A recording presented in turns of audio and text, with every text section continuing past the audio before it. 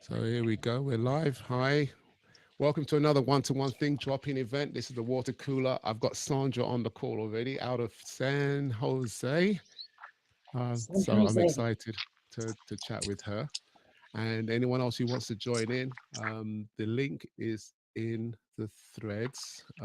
I don't know if putting on the screen is going to help, but um, yes, you can type it down. You found it pretty easy, Sandra, Short. right? It was, yeah, I it's found short it in the enough. comments.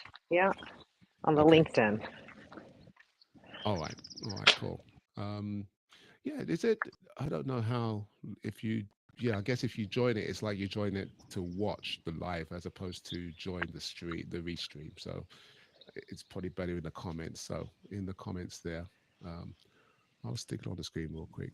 But as I said, just I'm just joining us from San Jose. I'm out of the UK in Lancaster. If you're joining, looking at this for the first time, uh, my accent's a bit weird because I lived in the States for a while. So always, it always throws people. They look at me and go, I know you're from down. I know you're from the south of England because you don't sound like a northerner. But you've got a strange southern England accent. It sounds, but How long did here you we live go. in the States, So we Steve? were. Was it like 8? It was. I spent 15 out of the last. Well, I've been back for 5 years now, 5+ years. 2018, I got back. My daughter turned 16 when we were here, so that was in April. Um, so it's 2018. I came back to the UK, and I had previously my first trip out to the States to move there was the end of '96, and then I came back after 10 years because of a visa issue. So immigration is no fun. If migration is difficult. Um, even if no matter even if you do it, you should do it the right way. By the way, but even so, it's uh it's very stressful. And I came back to the UK after 10 years, um, and then was back here for three, and then returned back to the States. Um, and when did I go back? Um, oh, the dates are throwing me off now. I was back for about 5 years. Yeah, 2006. I went back 2009. Yeah, Obama was president. So I remember it, and then returned back to the US. We're back to the UK in 18. So about 15, 16 years in total. Oh, lost Sandra there. She's on a dog walk. Hey, Justin. Hey, how are you? Good, good. Thanks. Sandra's rejoining. She was just asking me how long I'd been in America because I've got this quirky accent, I guess. And Is it? you you don't think it's quirky. Well, you hear the English because you're American, right? Yeah, Yeah, but I think English people hear the American interesting. in there's a I don't know, there's either a softness. Some people comment on my accent being easy to understand, or like it's a bit more sort of not generic, but it's broader. My You're, vocabulary is always tweaking.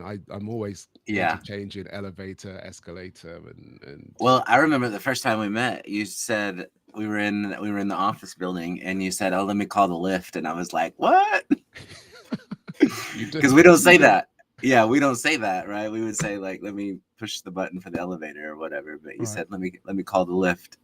Yeah, yeah. Yeah. Yeah, well, yeah, that's interesting. And that But I wouldn't even pick up on some of the stuff that I say because I yeah, don't even know who I'm saying it to. yeah. So, Well, and what's funny about that is that same trip, I was out there in California in San Diego, and you know, I say y'all, or there's some like kind of southernisms, if you will, that I was aware of, because they were more prevalent in my vocabulary than others, and then I kind of started to roll them off the longer I was there, which was a week. It wasn't long, but and I remember I got on the phone with somebody at the airport. I'm in San Diego airport getting ready to fly home, and got on the phone. Mr. Whiskey, what's up, man? Whiskey's in the house. A lot is up. But please carry on. Pause. Go, Justin. Finish your point. And I was in the airport on my way to fly home on the phone with somebody, and I would have swore they were from like the their accent was so strong. Their southern, like, just regional accent was so strong. I was just like, and I didn't even realize it on a normal basis. When I'm home and I'm talking to them, I'm like, oh, it's no big deal. And then when I heard them on the phone, I was like, is this the same person? Like, it was just so strong because I'd been out of it for a week, And so, like you say, the accents can definitely shift and vary. Over time. I've got another accent story, but speaking of accents, speaking of accents, speaking of Southern drawl, we got Captain Whiskey. We got Captain Whiskey joining us. This is a privilege, a rare treat, an honor. I know. I've been gone for weeks, Steve. Between my new job leading, I am a manager who leads. Shout out to the Managers Who Lead Facebook group. They opened a new shop here on the island I live on, and I saw managers needed, and I said, well, I know a guy who's a manager who leads, leading with workplace values taught and instilled in me by Steve Wright. So I gladly applied, and I have been leading a new team. So I should have told them, hey, on Wednesdays, no, night shift or that's it, because I got a place to be. But then I went to Japan for 2 weeks, lost my eye there, as you can see. And so I've been very busy post Japan. It's almost recovered, though. It's not permanently gone. Yeah. Okay, that's what I was going to ask. Thank goodness. Is that so? Yeah, I didn't know whether, because you're not one that wouldn't necessarily walk up in a costume. So this is an injury. Yeah. This is not cosplay. This is not pirate cosplay. I'm actually have missing an eye temporarily. What I will say is this is proof that Steve Wright does not keep up with my Instagram posts at all. Does not keep up with my show at all, because he would have known about this. But yeah, anyway, ladies and gentlemen, Justin Workman, I mean, you like my posts sometimes, so I feel like you may have seen the eye patch. I've seen the patch, but I didn't hear the story. I didn't realize that there was a story behind it. The story under wraps a little bit, but what I will say, Japan was an interesting cultural experience, very different. I may be moving there for a couple months, actually, just because my buddy said I could go stay with him for free, and I said, free, okay. That's all I needed to hear. And I did. At first, I really hated the Japanese culture, the way that things were. Just being American born and raised, it was the restaurants were very quiet. You're not allowed to be rambunctious and laugh a lot. It's a very quiet society, and it took some getting used to that. But then I really grew to love the solitude and peace and quietness, and it just took some getting used to. Come from a very loud country, Justin can, Steve, right? Even San Dan and all that, you understand. Americans are just very loud, very rambunctious, everything's very large, right? You go to Japan, everything's small. The restaurants are small. The food portions are small. It took some getting used to. So at first I was like, I hate this. And then I was like, you know what? I like it. It's nice and peaceful, nice and relaxing. And I grew to really resent the military base area, where it would be everywhere else was very quiet. Then you go to any area near a military base, and now there's people with tattoos and cowboy hats, and they're loud and obnoxious and drinking. What I will say, you don't know anybody like that, right? Yeah, I will say I only saw one other person in all of Japan with a cowboy hat, and it was on the base. It was near the base. It was near the base. He had a white hat on. Technically, it is white hat season, but when I went to Japan, it was a little bit chillier some days, and it was raining most days, so I felt like it was black hat season still. It's kind of. I wasn't in America, so I could kind of just make up my own cowboy lore. I don't got to follow the cowboy law over there, I don't think. Steve, you're bursting to say something, so I'll let you go. Well, you know what? It's interesting. Sandra joined us first, and we were just chatting while she's walking, and she's probably got her phone in her pocket. That's why she's not on camera. But it was interesting. Just talking about how place it. I think one of the threads for this discussion already is like 10 minutes in. Yeah, it's like where you are. Sometimes the change of environment makes you more sensory acute to the differences that you have. You know, if you're always in your own place and then you pop out to somewhere different, and like you said, Justin, it was a week in San Diego that made you realize how, you know, how your southernness pops, right? Right. And, you know, I'd lived decades or almost decades in the States, and I interchanged terminologies and phrases very easily. Gobsmacked. I can't take this call right now, so sorry, 1 second. Let me just send it to. Can't talk right now. So it's just interesting, like you're saying, Japan, culturally, you know, you saw pockets of Americans while you were kind of being embedded in a bit more of that culture in Japan. And it just makes me wonder, question one is, how different do cultures need to be before you recognize how out of it you are, if you like, or different you are?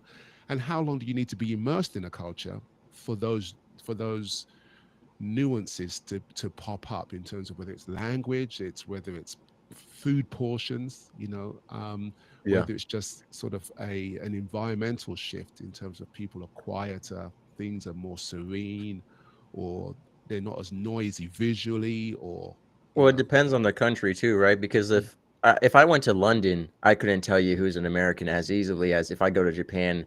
It's pretty obvious who's American, and not just culturally. Obviously, Japanese people look more different to Americans than British people look to Americans, but just based off behavior too.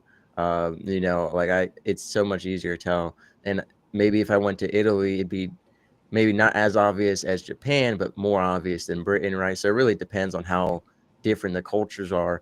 But even within America, you can tell different types of people, like Justin was saying, you know, because like obviously North and South is kind of like the biggest obvious, but like, I mean, even you zoom in to culturally, you can just say, you know, because people I remember high school would try to be cool. They'd be like, "Are you west side of H Town or east side of H Town?" Or they could tell, you know, like you can literally get down to your town lines being like a different thing. So I mean, it's very different.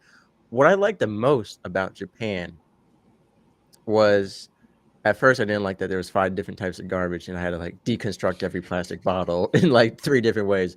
But vending machines everywhere, not full of sodas. I don't really drink soda to begin with. I'd never drink a Coca-Cola. I've had it before, but like I don't do that kind of stuff, right? If I drink soda, it's clear, or I try to drink more healthy, like seltzer based, or like, you know, healthy drinks. But in Japan, so many vending machines and just full of so many drinks that are like healthy options. They have different types of water, fruit juices, stuff that is way healthier than soda, but still so eccentrically different than water. They even have vending machines with oranges in it, and you push the button and it makes orange juice on demand. Like that blew my mind. Yeah. The ice cream vending machines, and you know, I really like the healthier drink culture. Like I'm very, very fitness oriented. I'm very like and I have one of the chapters of my book, God versus the Indomitable Human Spirit, is all about health and gluttony and reanalyzing gluttony, and like the way it's affects people in biblical perspective in modern society. Is that out yet? So Justin, holding me accountable here, it was supposed to be out a couple months ago. There were some delays to that. When it comes to writing, especially something faith-based, I've learned that, you know, God's timing is best, and I trust him. He keeps adding more stuff to it, and I'm like, okay. It's really cool. It's not just I want to develop something out of it where it's not just a book, right? But as well as a guide. But I want to make on my website like a quiz based off my book, and it can rate like where you are in the 3 assets the book kind of analyzes, which is physical and physical health, spiritual health, and then emotional health. And it can kind of tell you what area needs the most improvement, or like kind of percentile rating on all those, and then maybe provide scripture based and stuff from the book to guide you into improving one of those categories or all of them. So definitely that. some cool stuff in the works. But Uh, yeah, so can I great to see volunteer you to help guys. with that piece? If you need any help with that, technical, biblical, whatever, let me know. I'm happy. I'd Yeah. love to help with that. Yeah, I got a couple of IT experts on the call right now. Yeah. What I want to do is, if I can show the back of my jacket. So this is a. Whew. So what's interesting about Japan is wrist that the shot on your lap. currency. Yeah, she's right here.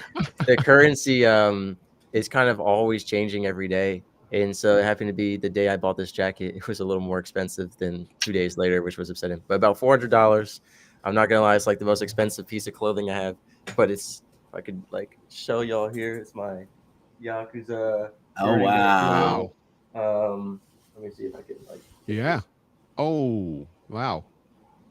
Oh yeah. That I'm is a seriously huge busy. Godzilla fan, as everyone knows. I've got 2 Godzillas tattooed on my arm, so Yeah. But yeah, so that was cool. In my Instagram post, you'll see a bunch of pictures of me at Godzilla statues, being like, "I met my hero, and here he is." And I had to hit him with the classic. He was a lot smaller in real life than I thought, because the Godzilla statue was like maybe 50, 60 feet at most, and I was like, but it was a great time. Wasn't really able to spread my show there. A couple of nukes means something very different in Japan, and Oh, I I'm sure. definitely had some struggles with trying to explain that. Not Justin, it's not supposed to be that funny. Yeah. But Avoid that. yeah, I was like, Well, I need I've been to Pearl Harbor. Yeah. And like you think about kind of how that fits together. Yeah. Yeah. So yeah, being like, hey, I'm here to yeah, it's not marketing. Yeah, I just no one knew. Yeah. Best, Yeah, it was some things don't travel.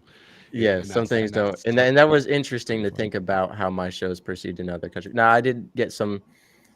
My show has been growing internationally lately, which is kind of interesting. I've been getting a lot of out of country listens, very randomly. It really intrigues me. But checking out the stats, Steve, I don't know what you use to host your show, but do you get like the location stats at least where people are listening in I from? think that, yes, I think Spotify. I am on Spotify, so Spotify does give me my listenership is low, so but it does delineate between regions. So It'll be random. Like I had someone like this second most popular country for my show is like Finland, but it was just like one person one time just like binged every single episode and then like disappeared. It's just like the spikes in listenership are strange, like most of my stuff is US. And I've branched into most countries except for I think South America, which I find very interesting. I've hit the Asian continents, I've hit like, Europe and area, Canada, some of Mexico, but like South America itself, like not a single one of those countries, I believe. yeah. But places, random countries in Africa and South Africa, I'm like, what is going on here? It's just like and I've had episodes with guests from like Argentina, and like I don't get it. Most people think I'm Mexican too. I thought maybe they might tune in. They might be like, "That guy looks cool. Like, he's, Mexican cowboy. We got to give it a listen." But no, it's not. It's not working that way. That's all good. Justin, have you started your podcast since I've been gone? No, I have. I will say I have purchased some. We're equipment. not there yet. One could say. Yeti, Blue Yeti. I have purchased some equipment. I'm making some different steps forward. I'll say First episode's gonna be me, Steve Wright, and Justin Workman. That would be pretty good episode. Great that way would to be a launch. Just like a launch party. Yeah. Yeah. Or me and Steve will watch your first episode, do a live reaction watch party. Like, oh, that's good. That's good. I am starting a technical podcast with a colleague of mine.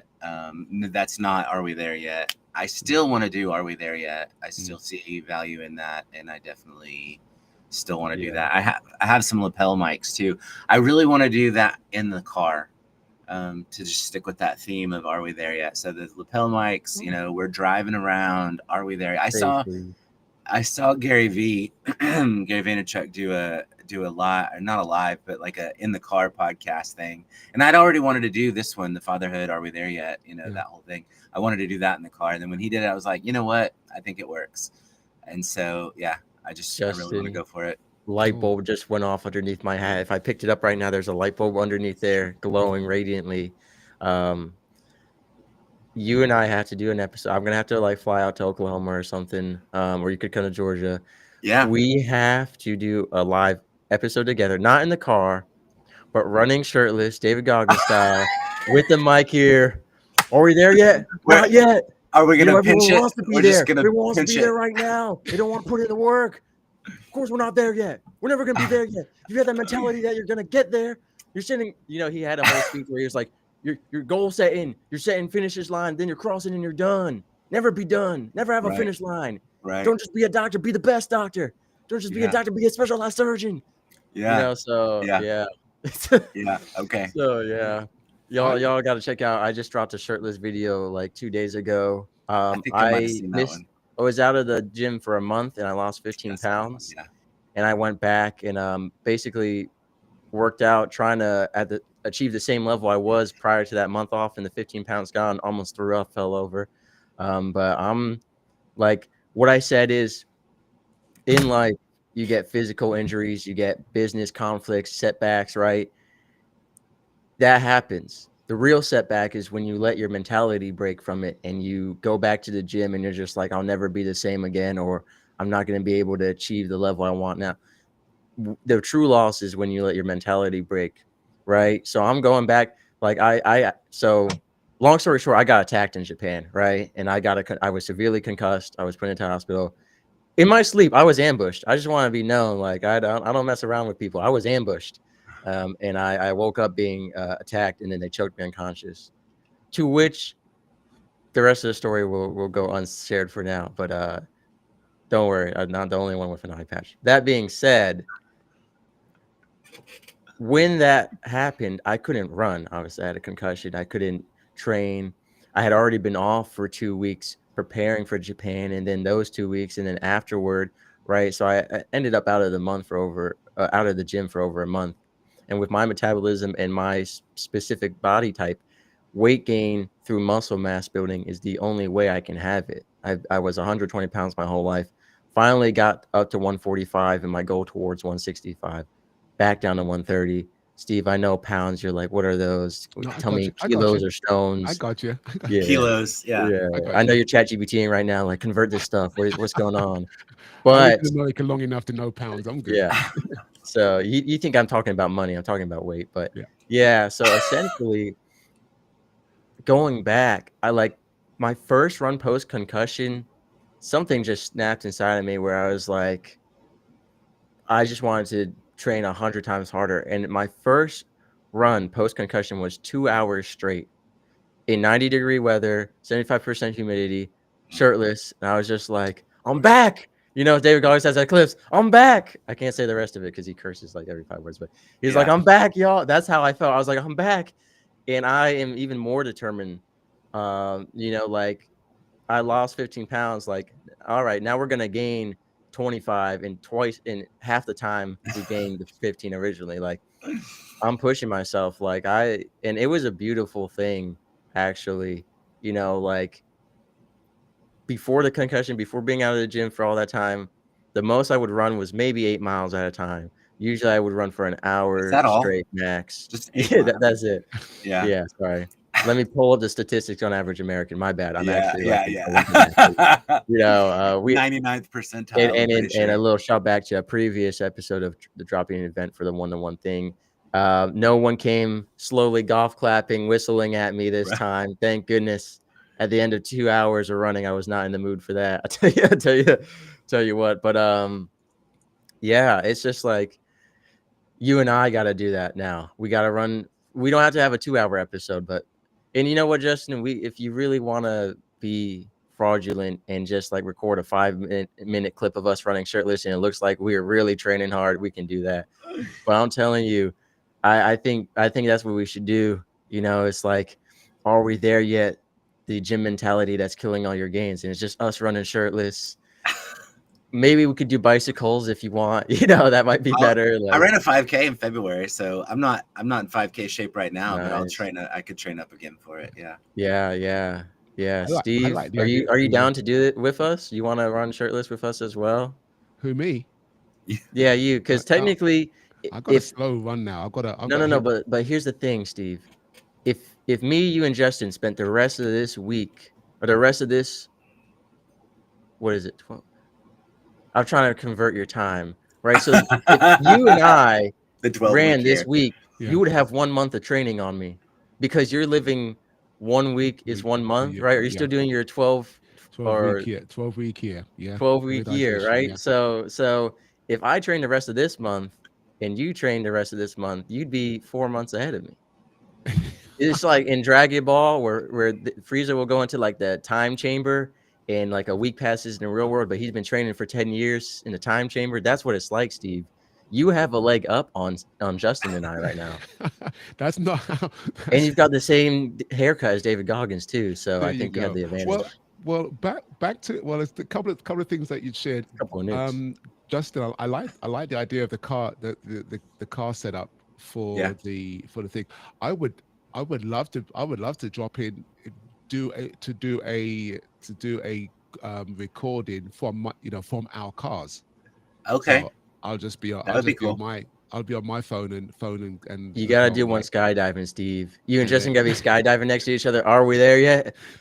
That'll be a episode and a half right there. Yeah, but having your guests in cars while you're in the car as a host, I think that would be fun. That'd be fun to and I'll be driving. Metaphor. Oh, I wouldn't drive. I would drive. Oh, okay. It'd be really cool though, like you say, if we did a remote episode, which I wanted to come over there and do a real episode in person, but it'd be funny because like I'd be on the left side driving and you'd be on the right side driving simultaneously if we do a remote episode. Yeah. Oh, so it looks like you're both. That's funny. Yeah. I was gonna say, Justin, both have steering wheels. Hey, Justin, you gotta. Well, once you had the like in-person recording times, you should like rent a limousine or something. Get like a little podcast studio set up in the limousine. Getting all dressed up spiffy. Yeah, that's an idea there. Going crazy, going crazy. Yeah. Also, I wanna segue into your role. We could do it on a Segway. Are we there yet? We're driving Segways. We could do that too. Captain Whiskey, you're talking about your job. I want to hear more about the job. In terms of this managerial role that you managers who lead. And also I want to plug some of the work that Sandra's doing with regards to career navigation. Yeah, because I got exposed to a 5-day challenge that's on within our platform, and there is an event coming up in June, which is an opportunity to get more insight into the career navigation mastery studio, which is interesting because you don't have to. It sounds like you have to be in a job to benefit from this career navigation. But I found some really useful insights with regards to being a business owner or even a solopreneur, because there are elements in terms of how you contribute to a business that are relevant whether you are an employee in the business or whether you're the owner of the business, with or without employees. So I'd like to hear more about what the managerial, if you can share about. For sure. Confidentiality. I think Sandra's Justin. Thing I gotta split. I'm sorry. I'd love to hear it, but I've got a call I gotta get to, so I gotta split. Okay, cool. Yeah. Good to see you, bro. Yeah, you too. Good to see you. Answer the call now. Tell them they're on the drop-in event for the one-to-one thing live. What would they like to say to the people right now? They're live on LinkedIn, Facebook, Restream. Let them know it might be repurposed into a podcast episode and everything. There you go. Good to see you guys. Justin. Yeah. Good to see you. We'll get there. Yeah. One eye. Yeah. Steve. Did I give that justice, Sandra, if you can hear us? Oh yeah, 100%. And I'm really glad to hear that your perspective of not working at a company, also that is relevant, right? Because I think if we have companies as customers, for one thing, and then another, just we as solopreneurs or entrepreneurs or whatever, like we struggle with the same stuff. We just don't have the structure of the organization around us, adding complexity. So Yeah. good, that's great. But so share a bit about this new role, Captain. Yeah, well, just a little pivot to in relation to that. Mm. I hosted a couple of episodes lately on my show about how mentorship and leadership, we're all involuntarily leaders and influences on people. Now, mentorship is taking that initiative to purposefully, mentor someone, but we are all leaders and influencers in the lives of the people around us, whether they observe our actions, whether we have conversations with them that have an impact we don't know about, especially as we've spoken before on my show and even on this event, how children are like sponges, and they absorb information. And so I think it's important anytime there are events, knowledge, books, opportunities to pursue anything related to career, job, employment management. It's good to just have those on the back burner as skills, even if you're not actively running a company or working with a company, like you said, just to have that exude out of you as that influence and to have that knowledge for the next person, right? Because you may end up in a position where you're talking to someone who's job hunting or trying to shift jobs, and you need to be prepared for that conversation at all times, just because you can have a positive impact. Yeah, absolutely. I strangely 100% agree with you. Strangely, was interesting.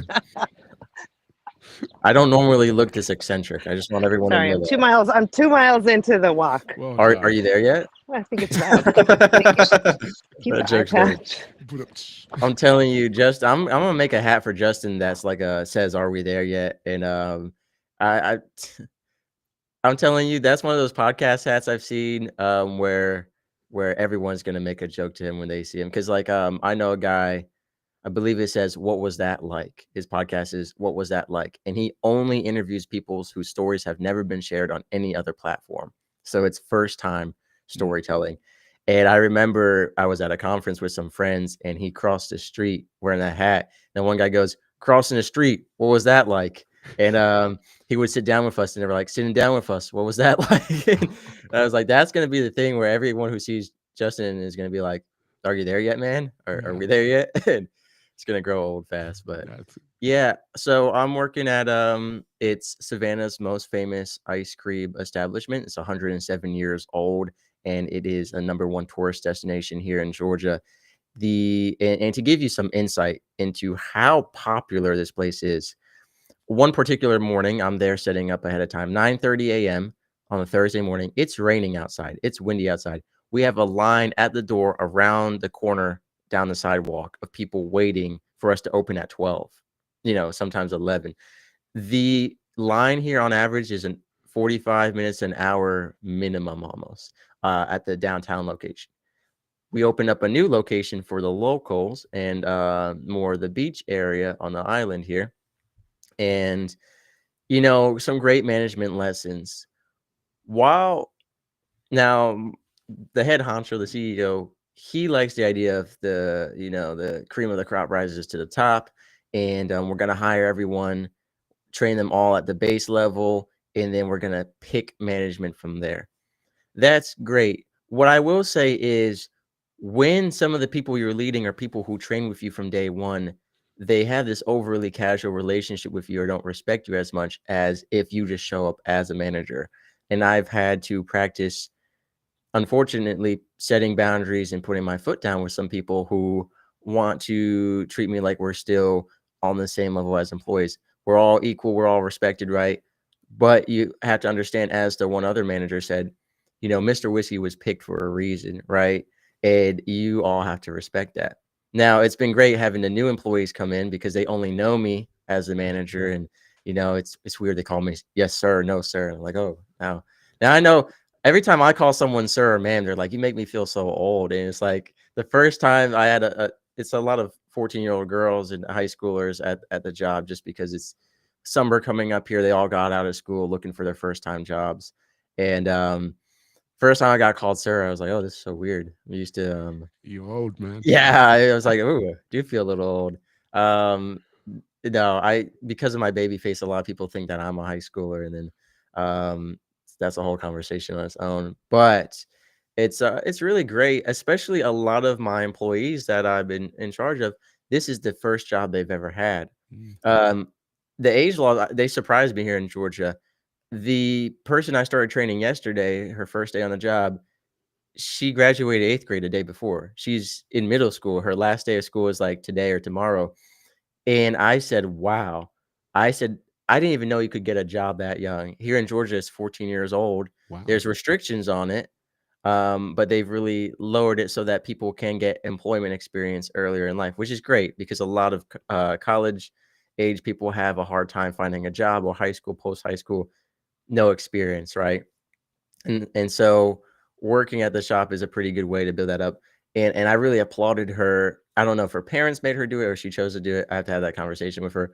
But I know when I was graduating 8th grade, I was thinking not about getting a job, right? Even in high school, it wasn't at the forefront of my mind. So to see so many young people in their first year of high school also having a job on top of all their club activities is really inspiring to see this drive and passion. For me, it's my particular position as manager has been a unique experience because it's a brand new business. Like, I built some of the stuff in our shop by hand. We are in the trial and error phase of holidays, of working hours, of scheduling people. And so it really does demand a lot of flexibility and adaptability and leadership, more than just going into a position where everything is already set up. Mm. And I personally like this. While it can be chaotic and frustrating and a lot of headaches, going into a new business as one of their leaders and founding members, it creates a lot of opportunities for you to have more impact than something that's already structured, and There we go. to have more impact to set up the foundation for other shops to be open that follow some of the stuff I put into place. I mean, that's amazing. Mm. So that's why I took the position not only to lead others, but to also be part of a brand new business and work with a team that wants to set everything up so that when the new employees come in, everything is smooth. When I leave, that the new managers are already set up for success. So building that foundation, it's additional leadership abilities that I really enjoy. For some people, it's additional responsibilities and they hate it. But me personally, I take joy in creating an impact. And so even if something is more difficult, if I can have more ability to make an impact, then that's what I want. That's fantastic.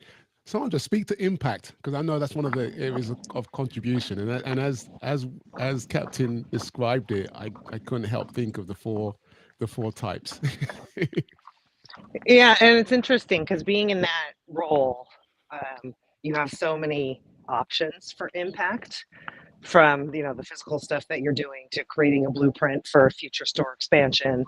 And then I think also for all these kids that are coming to work there, they can have, even if it's just a summer experience, they can have such a amazing experience working there that teaches them how to be successful in their next thing, and even how to be successful at school as they go on. But you can teach them, how should they think about their career. You could start teaching them that now, and that would be an amazing impact that would have huge ripple as they go forward into their lives. Then you start what you opened by talking about, when you're promoted from within the ranks. And one of the things I thought about that has helped me in my career, which has been many years, over 30, since you can't see me, I'll just say that. And one of the things that I've worked with a lot of our clients on is really being clear with everybody about what the expectation of a manager at this company is, so that when a peer gets promoted into it, we know exactly why. We have seen you collaborate. We have seen you get perspective. We have seen you handle more complex stuff than we're interested in handling. And so when you get that, it's deserved by everybody, right? They all say, I get why that person got that promotion, and I get why I didn't get it.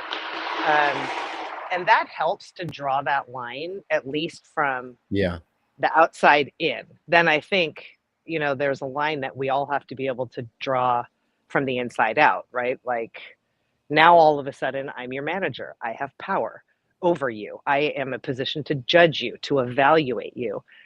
And that's one of the trickiest things to navigate for anybody because, at the end of the day, we're all just human beings using all of our human antennae to determine what is this relationship, what is my place in it, and all of that stuff. So it's, it does get complicated. It's a hard thing to navigate. So that would be another huge impact that you could have on anybody who walks through those doors and goes on to do their own career and their own everything. If they can learn those kind of skills, it'd be amazing. Besides all the other things of, make a badass business that's repeatable. Yeah, I want to talk about something, Steve, if you don't mind, that's pretty interesting in my particular dynamic. So I'm one of the only I'm one of two men at the entire place, right? Other than our CEO and our wholesale director. And so what's interesting is working with it's mainly high school girls, like I mentioned, and then some women who are just graduated high school. And one of the difficulties I've been facing is preconceived stereotypes and notations that that because I'm a military man, right, which I had explained. So what I've done in the workplace is try to break down like the difference between a military man and a man who was in the military, right, and that they are two different types of people. And they had this preconceived notion that because I was in the military, one, I'm going to be like a super harsh leader, unempathetic, that that I just don't relate to civilians. A lot of them have automatically labeled me as misogynist or sexist because I was in the military.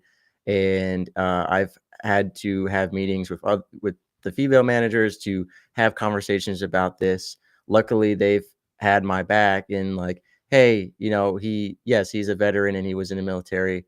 And one of the things I've had to break down is like, you shouldn't go into your workplace, especially as a new employee, with these preconceived stereotypes of who or what your manager is going to be based on their past. Certain things are influential in a person's life for sure.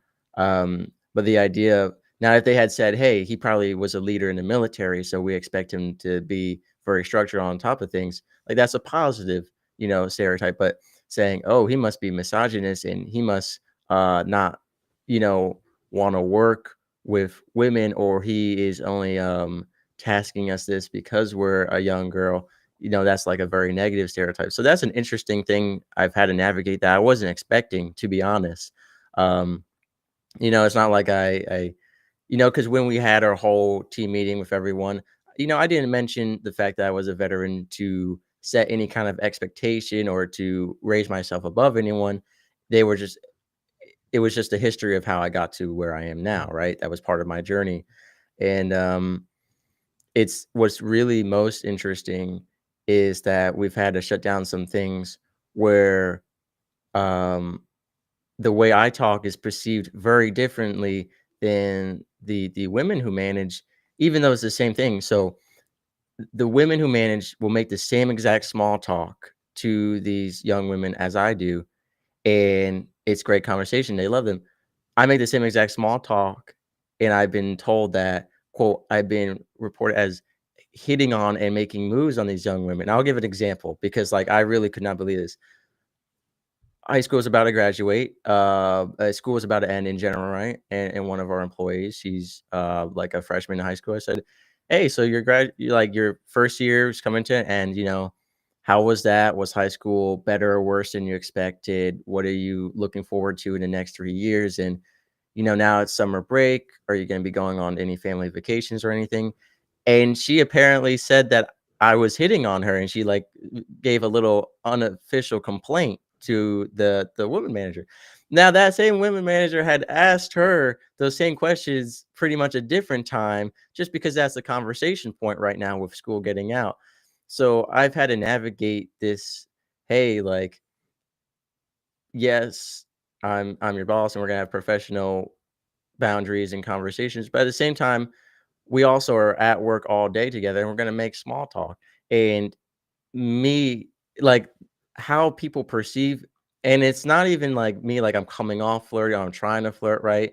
I have no intention of doing that. I'm just making conversation with my employees. So that was an obstacle in a workplace dynamic that I'm currently navigating that I wasn't expecting. And it's interesting. It's also an age thing. So my bosses who come in and make conversation on the same subjects, because they're 40 or 50, they don't get accused of the same thing. But because I'm in my 20s and I'm closer in age, it's become this dynamic where, oh, he's interested in me or he's trying to hit on me. And I'm like, no, I'm just making conversation. So I've shut most of that down, right? We've had conversations, we've had meetings about it because it was becoming an issue. But it's so interesting, this whole dynamic of there. And part of it is based off they think I'm a misogynist because I was in the military, which we had to diffuse, because it's not just me. The wholesale director, he was 20 plus years Army, and they always say, oh, he's a misogynist because he was in the Army and he drives a pickup truck. So there's a lot of preconceived notions that we've been having to debunk and establish, like respect on this behalf. Heaven forbid I said anything like, well, I don't believe you could be a manager because you're a high school girl. Then I would be in so much trouble. But they could say, we don't think a military man should be a leader because he's clearly biased and misogynistic. That's okay. So it's been some interesting workplace dynamics that I wasn't expecting, but I think anywhere you go, there's going to be similar issues to this. I mean, and Steve and Sandra, y'all could talk about being a person of color in the workplace, dealing with certain dynamics revolving around that, certain expectations and preconceived notions. Because I've had episodes on my show about that. I had a woman of color, and they were saying, "You're a recruiter. You can recruit for the company, even though you're a colored woman."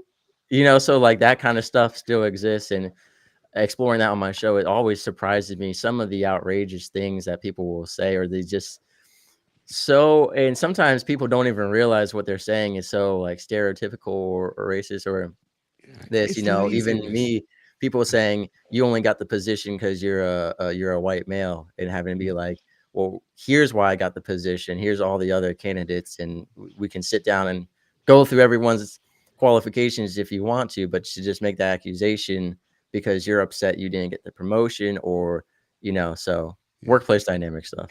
It's well, I mean, I'm going to say something real quick, and I know Sandra. I want to hear from Sandra too, because she's got a depth and breadth of experience in that space.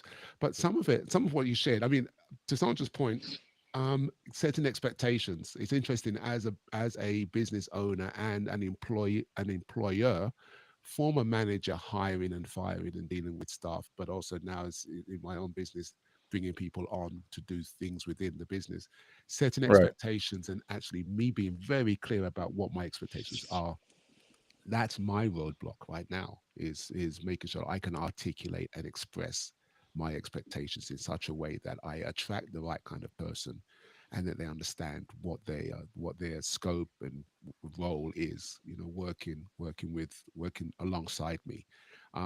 So that's one aspect that Sandra touched on. What you just shared, some of it I personally believe this is sometimes we're just lazy. We're just lazy. We go to a soundbite. It's easier to stereotype because it's less work. It's a belief, a, a maligned belief that you can just hold on to and just hang your hat on. No pun intended with your cowboy Yeah. hat, but literally you could just, you can sum up somebody in a sentence, and then have all of these related beliefs tie into it, and then you're done. Yeah. Yeah. um, and it takes we have to recognize there is more work. Often when we do the work, we uncover so much more richness in a relationship. We express who we are, real, authentically and transparently, and then we see somebody else's side. So if it only takes one conversation, there's a shared experience in terms of a childhood memory, there's a shared experience of living somewhere or having a similar pet, something that says, oh, this person is not like the stereotype. They actually have things Yeah. that we can relate to. And it is tough. It is tough. I mean, I can talk to a teenage girl at my age, and there's no implication that there's anything going on. But if you're closer in age and maybe they fancy you, you know, you know, but they spin it in terms of you making the moves on them, and so there's a lot more to it, and I think we just become too lazy. Return of Justin Wood. Speaking of lazy, I was on track. Yeah, where's your walking desk? Why aren't you on Kidding. your walking desk today, Justin? It's not time. It's not time. You're not there yet? We're not there yet. Justin, I was telling Steve when you were off the call, you're never going to hear the end of that. You know. Well, are we there yet? Yeah, you're never going to hear the end of that play on words. I still think it's great. No, it You is can- great, and I'm You I'm can gonna ridicule call it you all you want. You can ridicule it all you want. I still love it. Yeah, well, wait till it's 3 a.m. on Groundhog's Day, and I call you saying, "Are you there yet?" And you know, just speaking of referencing back to previous jokes on the show, Steve, when I was in Japan, I learned how to use chopsticks for the first time ever. I've never done Nice. chopsticks, and I ordered. We were at an Italian restaurant, and they had forks, but I pulled out chopsticks and ate the pasta and Italian food with chopsticks, and I said, "Oh, if only they would bring me a powdered donut for dessert, that I might live the lifestyle of Steve Wright, eating eating the Donut and donuts with the chopsticks. chopsticks." I still defend it. It makes so much sense keeping your fingers clean when you've got. Now that I've used chopsticks, I can relate to you a little bit more, Steve. There you And go. I just want to throw out too that the hypocrisy you talk about, it makes life easier. When a lot of these high schoolers are late, they get Ubers or their parents drop them off, right? And I don't give them a hard time about it, right? They still show up to work. If I'm ever late, weren't you in the military? Aren't you supposed to be right place, right time, right uniform? You know, you need to be held to a higher standard. And so it's easy to also just like justify. We use it to justify our actions and tear down others easily. Like you said, it makes it easy to do so. Mm, mm. Sandra, what's your thoughts? I mean, so many, you know. I don't even know where to start, honestly. But it's interesting. So one of my favorite direct reports, who's my very close friend still, he's black male, big guy, and I had complimented him at one point. I said, you know, some of the things that I really appreciate about the way that you do your job and how effective you are is that you are engaging with everybody. You ask meaningful questions about them and their life and what they're working on and what their struggles are. And you're always not toxically positive, but you're like a positive person that people will always open up to you. And he said, well, you know why that is, right? And I said, well, I don't know. No, I don't know why. All I'm doing is observing the behavior. And he said, it's because everybody's somewhat scared of me as a big black guy. And in that moment, I'm already at this point like 48 years old. And I'm like, oh my God, I never even thought of that. And it was really eye-opening to me. And then I think one time we were talking to our daughter, who's now 22, and she's like a brick house, beautiful, amazingly gorgeous woman as she's growing up. And she was talking to us about being kind of scared at night walking through a parking lot or something. And my husband was like, well, why?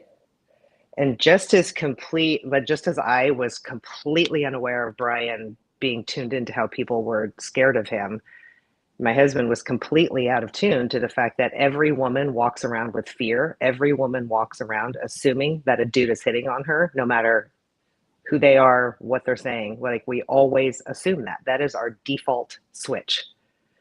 And so, Steve, when you said you could approach somebody and not be perceived as hitting on them, you would be perceived as hitting on them to some degree, no matter what. Like, it's the reality that women walk around with. So I think so what do you do about that as a guy, right? You have to consistently show up over and over and over that you don't have any ill intent, you don't have any skeevy intent, like you're just somebody who is there because you give a shit about who this person is as a human being. And there's never a repercussion, there's never an overtone or whatever. Helping people wake up to their biases is very, very difficult because by definition, we hold on to those. and we don't ever want to be wrong, right? And so you can't go at somebody and say, you're biased, that's your problem, let it go, because you're immediately going to have the steel doors of that place on the mountain in Game of Thrones shut down upon you. Like, no entry shall be gained if you try to go at people's biases like that. So, anyway. I need to hop off. Oh man! So drops so that bomb. sorry. They're like, gotta Mic go. I'm so That's sorry. great. I know. That's Yeah, but it's been so thrilling. I hope, Captain Whiskey, that we can keep interacting here or other places, because I love Yeah, what you're I'll have doing. you on And my same with show. A Justin. couple of Like, nukes. you know, Steve's been on it. Justin's been uh, on it. Don Gleason's been on I'd it. be Everyone happy here has to. been on my show, so I have to add you to that roster for sure. Come on. Yeah. And thanks there for you all go. your patience with me on the call. Every week I'm taking care of this guy, if you can see him. Oh, bless him. All right, everyone, show their dog quick. Everyone, grab your I don't know dog. if I'm Everyone. just. It was good enough. I knocked him out. So Oh, there you go. y'all have Good. y'all have a good day. We'll All talk right. soon. Thanks, Thank Sandra. you. Take care. Thanks. Yeah. Bye. All right. Don, It- good to see you, bro. How you doing? Hey, good to see you guys. Good, good, Making progress. good. Recovery. You're making recovery, making good Yes, inroads. yesterday and today. Saturday was a good day. Wait, what Sunday, happened? Monday. I've been in a different world for a couple weeks, Don. Mr. Gleason, what's going on? What are you Mr. recovering Gleason. from? Mr. Gleason. Boy, oh boy. Oh wait, I forgot you're military. Sir, request permission to Sir. speak Oh! freely. About 4.5 weeks ago, sciatic nerve in my left leg kicked in. I couldn't walk for 2 weeks. Mm, Couldn't walk, couldn't sit, couldn't stand. that's shooting exactly pain. where God crippled Jacob. It's a very biblical injury to have. There's a lot Yeah. of power to it. Yep. And I was sleeping about 30 minutes at a crack. And so got some oral steroids 2 weeks ago. That made immediate difference. So sleeping much better, walking much better. I got out and did 3,000 steps yesterday and today all at once. We're heading to Alaska next Wednesday, so I'm trying to build up some strength without overdoing it. So it's coming. Yes, last night and to this morning has been quite the dull ache, like a 4 or 5 out of 10. So Yeah. I think I overdid it yesterday sitting in a chair at the desk.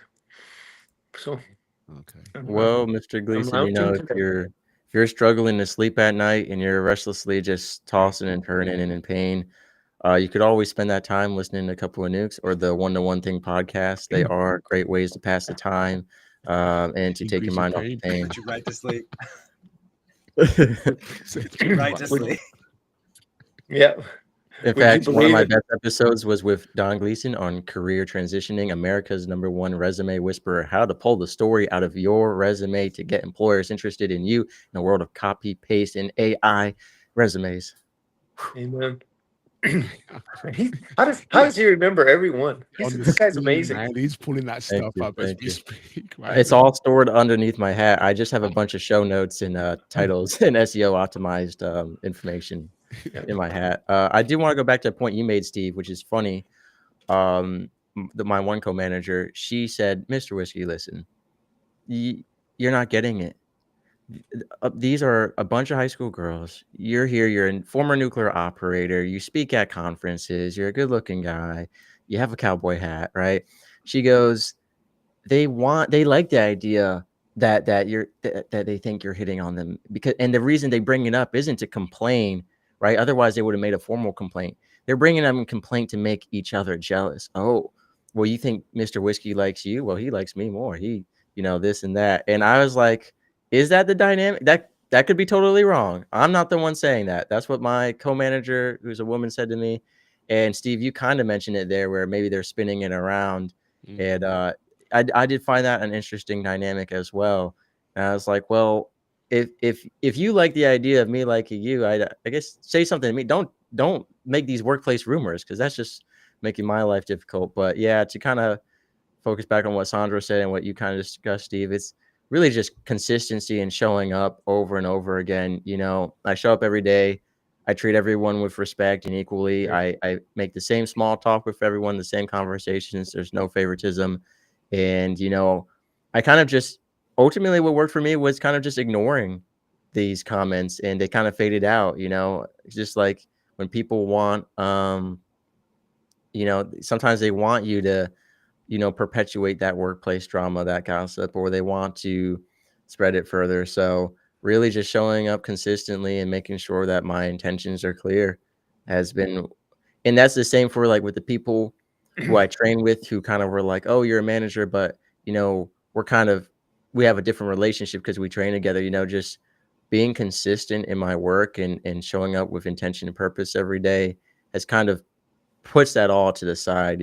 So I guess my point there is sometimes when you're a manager who leads, you have to you just have to give it some time, right? A lot of us want everything to be solved overnight, especially the newer generations. Their attention span and instant demand is a lot faster, but sometimes workplace change takes time, right? We talk about that all the time with the military and mental health. It's changing slowly over time. Things take time, especially the larger the organization, the bigger the issue. Sometimes the more it takes. And I have to recognize, to look at Lonica Smith's point, dealing with teenage girls, I keep forgetting that they are teenagers, and I treat them like adults. I respect them like adults. I expect them to act like adults. But sometimes I forget that some of them are kids. Like the one yesterday told me she's graduating middle school a day ago. And I'm so used to working with adults, working with people my age, that I'm having trouble understanding that some of them haven't gone through certain life experiences or understand certain concepts. In some of the conversations I've had with them, they're like, you just blew my mind. Like, I've never had this kind of conversation with before, or I've never been held accountable like this before, or I've never thought about work like that before. So, Ms. Smith, thank you for that point. That's something I've been having a lot of trouble, because some of them look like adults, or I try to treat everyone equally. And so because I have dealt with age belittlement a lot because of looking young, and even just like at 22 years old, I was speaking at a conference on stage, right? And I still got some backlash for that because of my age. So I try not to bring up the age or account that, but I know I need to blend a way where I am still respecting them and not belittling them for their age, but taking it into account as necessary. Mm. It's a balance. It really is. And I mean, I'll come back to my point about these things. We're in a soundbite not even a soundbite generation, but I feel like there's a lot of um, undue power given to the soundbite, um, because it's easier, and we miss nuance in conversation. We don't read as much. You'd rather watch something, or not even watch something nowadays. You'd rather go to a short. Mhm. The TLDR, it's too long, didn't read mindset summarizes things almost too much, and you miss the richness of a conversation. You Or at miss the least the richness, context. yes, of context, right? Yeah. And it does, and in some, like, to your point again, it does take time. Some of those things can't happen in the first interaction when somebody walks into the shop and says something. It may be over a number of consistent interactions that you now flesh out who what a person's real intentions are, or what their characteristics are, and maybe even develop your own lens. Your lens needs to be created too, to Yeah. Lonica's point, in terms of their teenage girls are not grown-ups. I deal with primary schoolers in terms of coding, and they sit in the classroom, and even the context of teaching a child that in a classroom but not in school.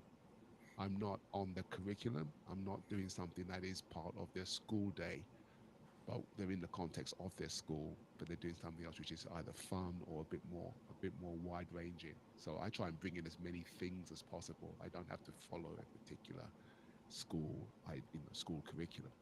So even just understanding how they work with that, how they Yeah. navigate that, and then it's interesting having kids that young in the workplace, because that's Yeah. almost a night. I mean, Don can speak to this in terms of what it's like in terms of your identity as a manager, to have that wide range, a scope of staff,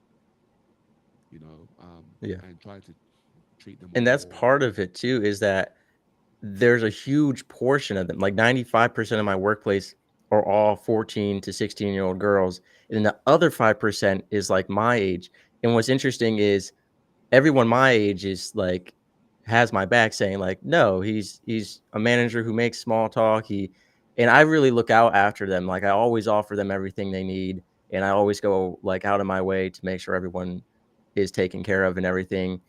And they'll be like, no. But then the other 14 and 16-year-old girls are the ones who are like, yeah, he's hitting on you, or maybe he hit on me, or like they get this click forming too. And so that's kind of like what's working against me too, is that they're all teenage girls just doing the same thing with the same mindset. But then when you pull in some of the adults that I work with, they're the ones saying like, no, this isn't happening. And like, they're the ones. So I am thankful to have people my age also there who are dealing with some of the same issues too, because you would think even just the difference between me and some of the 18-year-olds who are just graduating or graduating, they're considered an adult, but I'm now, and I'm still young, but like even now I understand when I was 18, people would be like, you're just an adult by terms, but like there's still so much to learn. Now I'm in a position working with them where I'm like, oh wow, I actually understand what people were saying when they're like 18 to 25, you're still kind of like a you're a young adult, right? In emphasis on that. Like I'm Yeah. now understanding it, even just like 3-4 years later, I'm like, oh wow, like is this how I was? And now I just feel secondhand embarrassed. It's like, oh shoot. Well, think is this- about when you're in high school, the difference between a senior and a freshman. Yeah. And that's 3 to 4 years, right? Like, Yeah. I mean, it's like two totally And different I've lived the people. world of life after Yeah. between high school and now, And then on a post-high school. submarine, on an aircraft carrier, Yeah. speaking at conferences, going on podcasts, Japan, like like people in Japan. Yeah, like I've lived whole worlds different than them just in that short time period. yeah. And it's given me a lot of insight too into like the whole like how they've changed dating laws over time, and now understanding, because like I know a lot of my family was okay with my one niece was going into high school. She was like 14 and her boyfriend was like either 20 or 22. And so I was like, that sounds kind of weird. And some of the family was like, oh, it's okay, he just graduated and this and that. And like I'm not really involved with that part of the family, so I didn't really have much place to say anything. I just heard about it through social media. But now me, like, you could say that words just graduated, but how much happens between graduation and then can really change a person. And like, it really is like a huge difference. This is a enthralling conversation because it's And we it's went from interesting chopsticks how- and running shirtless doing David Goggins impressions to I mean, leading you're talking with about- workplace values. yeah, I mean, You you're know- talking about deltas of less than 10 years. You're talking about 5, 6, 7, 8 year gaps, as if they were generational.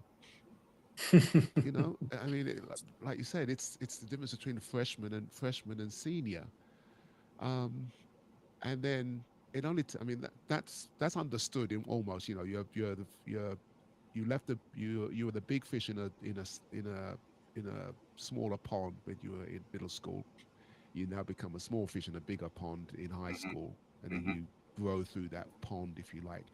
But that metaphor still applies post your school years, and now the pond is now an ocean, right? Because there's Definitely. there's not as many delimiters as there were when you're going through your school years in your post school, even high school or university, college years. You're now in the ocean. And you're walking up against people who've got ties older than you or shoes older than you, and then having to navigate that whole dynamic. But yeah, it's an interesting. They also treat it like a second high school because most of them, it's their first time in a work environment. And because they're with a bunch of other most of them go to the same high school together or go to like the local high schools. So they're kind of treating it like second high school. One of the issues we've had is, and I was not in charge of this hiring part of the process. but someone hired best friends, girls who came in and did the interviews together. So now you're bringing cliques into the workplace when the whole thing we want to avoid is a cliquey workplace, right? You having those groups. So now you have a bunch of high school girls who are like they're in class all day giggling and gossiping. Now they go to their job together where they also giggle and gossip, and it's like a second high school. And now I'm like a principal or a teacher, right? And so it's like, all right, but it's a very interesting dynamic because I got to remember, like, some of them haven't ever had a job before, and so it's interesting how, I guess, like, my first job was very untraditional. I was an ice cream salesman on the beach. So I was by myself pulling 2 coolers up and down the beach, 90 miles a day, 90-degree humidity, Who's gonna carry the 100-degree ice weather. cream? Who's gonna carry the ice cream? And when people are like, "Are you the ice cream man?" I would just yell, "They don't know me, son. They don't know me, son. I'm an ice cream man." No, but joking aside, so like, I guess my first introduction, I had a boss and me relationship, but I didn't have like a coworker relationship. And then I went to the military. So like I never had that first job experience necessarily in a workplace. So I can't even like empathize and understand these young girls who are going to the workplace for the first time. But I imagine based on how they've behaved, they think it's like a second high school. And then my other employees are homeschooled, and this is like their first job. And so that's a whole story on its own as well, because they're treating this as, hey, they were homeschooled. So this is their high school experience where they get to gossip with people and socialize. It's like, and look, if you want to socialize at the workplace, that's fine, but we've got stuff we got to do. There's different boundaries in terms of respect and professionalism, and we've got work to do, Yeah. So Sandra speaks on this a little bit in terms of the career navigation um, um, uh, model with regards to we have systems by which we're instructed. Our informative years are through instruction, whether it's at home, we go into this education system, and we've always got sort of allies in terms of other people, and then there's someone that we are being instructed by. So it's a teacher or it's a lecturer if you're in college, and then you have a cohort that sets the sort of social workplace environment. climate. Yes, in a climate in which you learn. Culture. So yeah, so those things come up, and it's a good way to grow. You've got social norms with other students that are studying, and then you've got expectations that are set upon you by the environment, the instruction that you're under. The workplace, the workplace is probably the biggest differentiator from that environment for a young person. Whether you get into a workplace as young as 14, which I couldn't imagine. I remember my first summer job was 16, I think. Um, and but when you're in that space where you no longer have someone who is just there to teach, and someone sets expectations that you're going to work autonomously, or you're going to work individually, or you've got things that you're expected to do on your own, um, or maybe that there are bad teachers. You've got managers that just sit there and expect the person to know without any instruction or guidance or Hmm. expectation. All of those dynamics kick in now at that space, um, and it's a tough place to navigate because you know the peers aren't there, the social norms aren't there, or you pick up norms within the workplace, which could be either to your advantage or disadvantage, depending on the environment and the culture that you're working in. And then managers, leaders have to kind of guide, and we talk about mentoring, guiding, and before we started here in terms of leadership and mentoring, those are the roles that they're seen to have. But at the same time, they've got to build autonomy. They've got to build that expectation and respect, through the workplace. It's very different. And to Sandra's point, it's important for people who are navigating their career path to understand what they own as a responsibility, and then what is to be expected in the organization that they join, and have the boldness to call it out. You know, if you're not getting what you need, or not getting what you feel you need to have to do your best work, or to contribute or have impact in an organization, then request it and find ways to do that in the best way. Again, Don can speak to this in terms of people matching what they do, their skills, to where they go Mm. in terms of what they, where they want to see themselves. And I've got Justin on the call here. I mean, I hired this guy. I mean, I love the fact that we are still good friends, strong friends, from a very precarious hiring process, right? Yeah. Now, if I have the origin story correct, you two worked together as male models, right? You were That's both right. at the Yeah. same modeling gig, Yeah. and you That's two right. met each That's other. part of Yeah. it. We had You the were same both in a agent. speedo. You made eye Yeah. contact. Neither of Yeah. you looked down first, right? That's I correct. remember the Yeah. story very well. Be right, man. Dude, you are doing the David Goggins video with me and Justin. It's happening one day.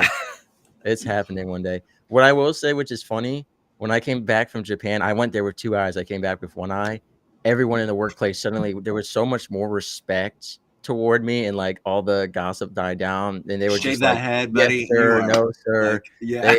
It was so funny. I'll tell a quick funny story. I was bending down by a cupboard getting some stuff out, and like it's a lot of little kids, so a bunch of 3-year-olds and 5-year-olds came up to me, and they were like, "Who are you? Why are you here?"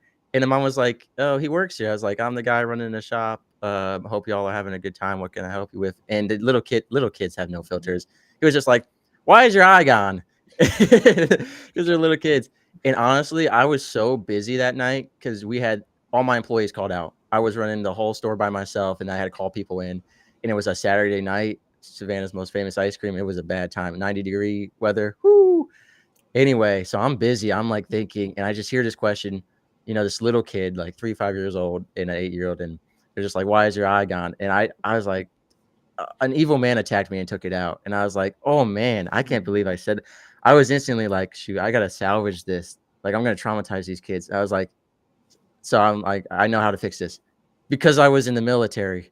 And then I was like, "Oh, I'm just straight up lying to these kids now." And then the mom was like, "Yeah, see, sweetie, he's a war hero." And I just went back to work, and I was like, "Oh my goodness." Yes, I was in the military, and I did get attacked by an evil man, but it wasn't while I was in. But they think I lost my eye. And Lord forbid they ever come back in the store and see me when I'm not wearing this anymore and I have my eye. They're gonna be like, "What happened?" Now it's just gonna be like, Science has gotten really far." Just It's keep gonna be wearing like, it. yeah, Just keep wearing it. honestly, yeah, it has like, listen, this is the moral of the story. If you have a bunch of teenage girls who aren't listening to you, show up looking like a war veteran, act like they're like, "What happened to you in Japan?" You're like, "I don't want to talk about it. The other guy's in the hospital. I'm going to my office if you need anything." And they'll just like instant like respect. Oh yeah. But yeah, so that's awesome that your first summer job was modeling. I guess mine was unintentionally, I could not model after my first summer job. I went to the water park, and Steve, I am a half Italian. I turn so dark, and working on the summer all day every day. I was almost as dark as you, Steve, except for my torso for my tank top. I went to the water park, and this wasn't tan lines. This was just like as if I had dipped my arms and calves and head into chocolate, and then the rest of me not. And I got bullied at the water park so bad. I was like, I'm never taking my shirt off again because and this is a thing too. I've always been like more like professionalism is very important to me. Even as an ice cream salesman, some of the other guys would work shirtless, and I felt like that was very unprofessional. I don't care if we're on the beach, you're dealing with food, you're serving children, you are serving minors, you're serving elderly people, you're serving adults. I don't care if we're at the beach. You're not a lifeguard. You're a salesman handling food products. You're going from place to place between the station and back. But that's just me. Some people would say otherwise. We had to wear little sleigh bells too, so I would jingle the whole time I walked. But yeah, I'm a stickler for some stuff like The that. visualization is There is a picture of me, Steve, and Justin on my, and everyone listening, if you want to check it out, on my Instagram, Couple of Nukes. I did a video highlighting my fitness journey so far because I was 120 in high school, and I found these old pictures of me. I was so skinny, and one of them is as me as an ice cream salesman, like as in my little getup with the sleigh bells and the cooler and a little pedophile like mustache, not intentional, and it's just like, oh, I bully pictures of me as a kid, like I hated them.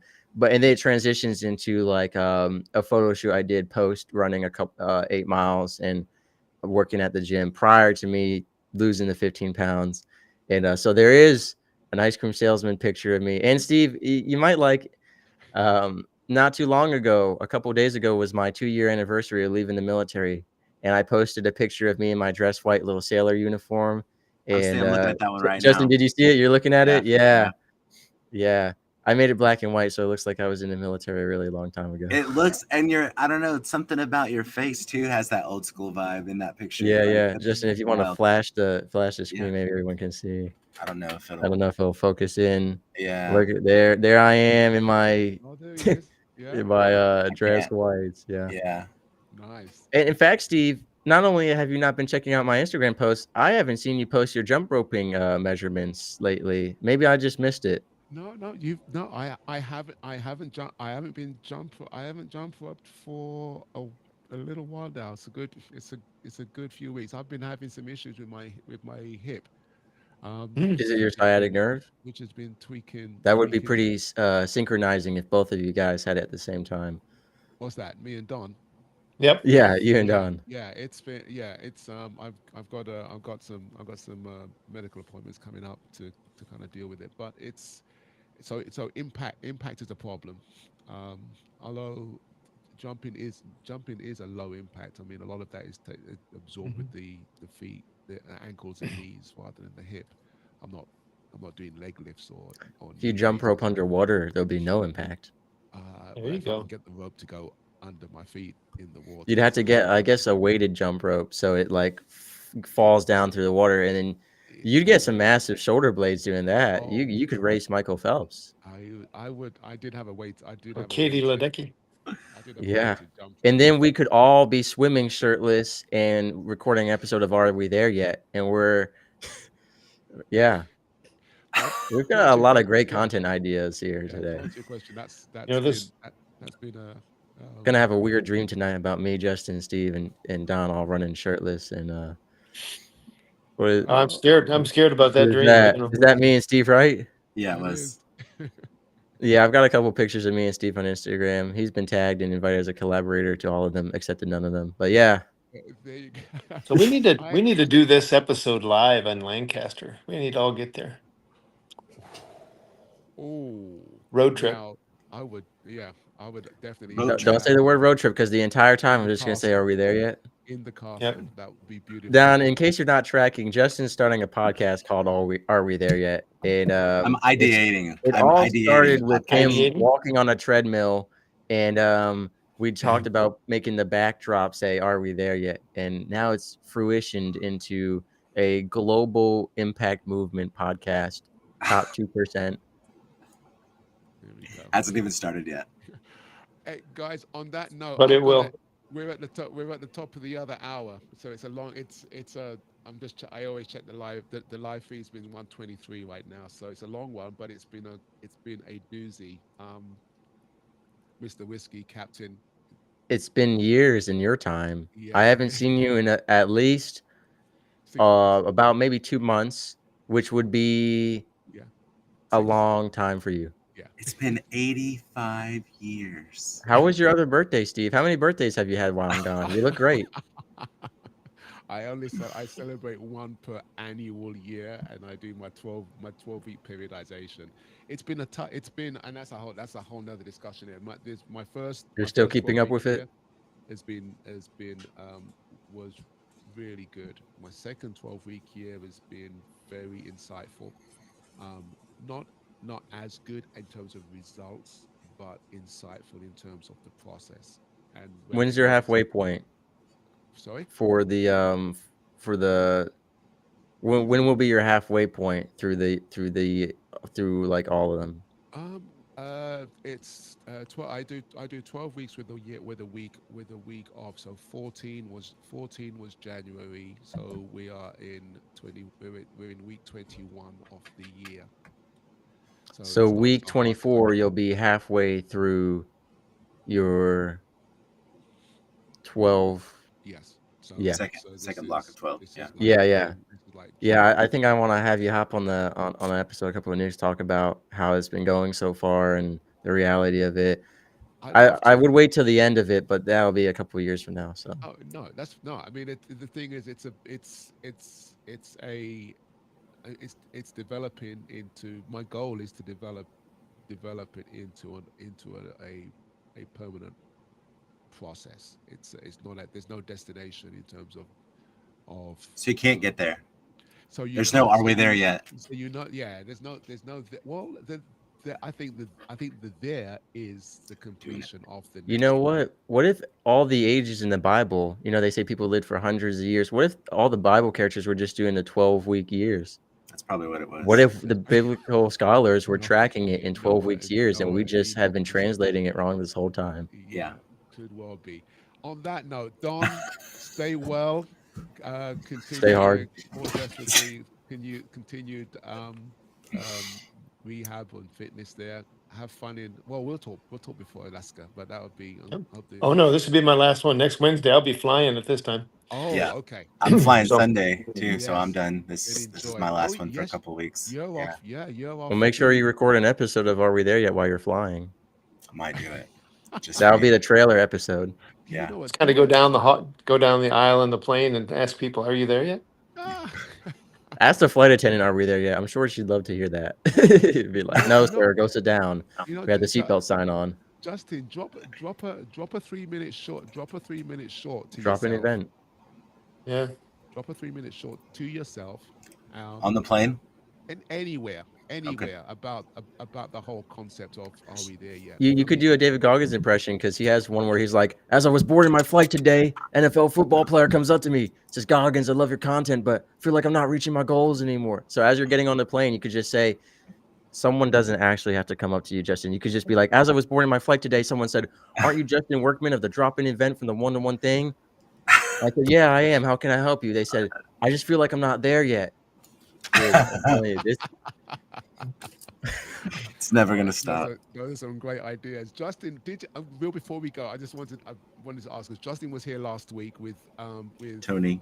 Tony Pinchon. Yeah, I know where and this we is were talking going. about the 36 things. He has I- a set of 6 dice that he rolls, and whatever number comes up on the dice, it's correlated with 36 things, and he does the thing that the dice falls on. So, I Watch think, that one from last yes, week, it's Mark. definitely worth watching. Just to say, Justin, I wrote down my 36 things. I did it in Mira, in a Mira board. Yeah. Let me. I'll share it real. Can I get to it real? Yeah, I'll get to it real quick and see if I can. Now, what are these 36 things for? It's It could be like things that you need to get done. It could be like tasks that just need done, but you put them off for whatever reason, and they just need done. Or they could be like self-care things. Go for a walk. push-ups. Go get ice cream. It could be do push-ups. The thing is, you set a Pomodoro timer, 25 minutes, and then you get it done. There's flexibility, so if you have like overlap, nice. Steve, you don't have listened to my podcast, Couple of Nukes on there. What the No, heck? I That should be an option. Because if you roll the dice and it says to listen to my show, I mean, you gotta do it. I could. Well, you I'm know gonna steal. what? I'm taking a screenshot. I'm gonna steal these, Steve. Oh, These are okay. good. I literally the cool thing with Mira is that you can just do a bulk load of post-it notes. So it will Yeah. just give you a line each time, and I just wrote them out. Do nothing. Do nothing is one of your things to get done. It's self-care. Yeah. I think 25 minutes of nothing, right? Yes, that is being bored for 25 minutes is probably the most productive thing I can do in a day, as well as pray and take a walk. There's Drink nothing water. funny I'm about glad it. that's one of your things, Steve. You should drink water. Yes, yeah. So That's good. I mean, It's a good reminder. you could have more than 20, you could have more than 36 things and then just rotate them. You could have less than 36 things and have them on more than one number. So I thought to myself, let me, as an accountability, an adver accountability, where you have an Yeah. advocate for your accountability. I figured, let me try this out and just make sure I've got 36 things. I've not got the dice yet. Mm. And You're I'm doing just You've great. inspired me, Steve. I'm going to make something like this on my website where it will randomly generate which of my episodes you should listen to, and then it's kind of like, it's like I don't know what I spin the need, wheel. and then you just you hit the button and it pulls up an episode. Like for example, um, faith in marriage and parenting with Justin Workman, great episode, one of my most popular episodes, in fact. You take a look at it, it'll be like, hey, I'll listen. I wouldn't go after that kind of episode, but you know what? The random generator said to check it out. And then maybe, they walk away with something amazing. They're like, wow, when I'm going to be like such a better parent now that I've listened to parenting advice from Justin Workman, like it could be, you So did give advice on my show, Justin, I it's know. going to, I know. it's going to circle back around one day. Yeah, of course. so there you have it. Check out that. I Yeah, it's worth last show. Go, Justin. Last thing. I did some work on it. I haven't. I didn't. I was taking a different approach of trying to build a solution. Right. Naturally, that's not shocking to you at all. So I went more that direction than actually doing the tasks myself. But I made a little bit of progress. I clarified some things with ChatGPT. Went through a lot of like brainstorming, and yeah, I've got some ideas. Okay. Well, I mean, that may be something we can carry on in one of these drop-ins, or I'd like to find out how that goes more in terms of chat. Well, what you thought of how you approached it from a process Yeah. standpoint. Well, what's really cool Um, about ChatGPT is all that history is there. So like, even I'll forget, but it's always there, right? yeah, yeah, Yeah. because because it's All got the right, Steve, I'm going to go make 36 things to do now. If we're all doing it, we're in this together, right? That was the idea. Tony just chickened out. Tony, it was Tony's thing, and he's not even here this week. well. Well, maybe Yeah, he rolled the dice and he's doing nothing right now. there you go. He But couldn't we be have on this call because he was doing there's nothing. something going on there. But yeah, it's an interesting, just the exercise of writing the things down, stream of Yeah, consciousness, getting them out, and then yeah, recognizing, oh, there are some of those things were easy to put down, some of those things were difficult to put down, some of those things were yeah, I should be doing them anyway, and they shouldn't be at the mercy of me of the whim of throwing a dice. um, some of the things I may have just done, and then I throw the dice and I'm going to do it again. What does that mean? The diligence of committing to doing it as the dice is thrown. There's a lot of things going on in terms of making it happen. I'm still on that process of understanding why I would do it, why I should do it, things that are on the list that, like um, doing doing a sales call, making a yeah. sales call. I'm thinking, oh, you know what? That's not even a should. That's not even a chance thing. That's just part of what you should be doing every day or Mhm. whatever.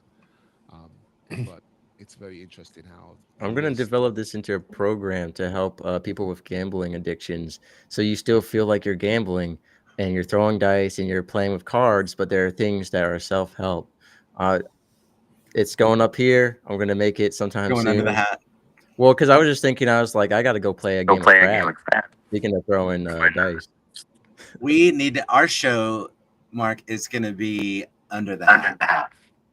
Yeah. That's our show. Under the hat. Under the hat. Yeah. Because Steve's the only one right now without a hat. Well, him He's and got Mr. one, but he doesn't wear it. So Oh, get it, Steve. Get it, Steve. I've got the nice one downstairs, Justin. okay, But this Yeah, yeah, one where's is the your it's fedora pushback. or what? I'm not I sure like if it's that a one too. fedora. Yeah, Gotta go. You Yeah, go guys, on, go on, go yeah, love on. you guys, man. And for people watching or getting this feedback, Lonica, thank you so much for your insight, your input. Yeah, yeah. Chandra, it was great as always to have you participate. Those that are watching, listening, I hope you enjoyed it. Captain, great to have you back and around. And I know. I didn't think I was gonna make it back at some point, Steve. I said, what if I never see Steve again? There's so much left I have to tell him. Well, And then let's keep it on it's the not end. very romantic, Steve. I did not mean it so romantically. That's okay.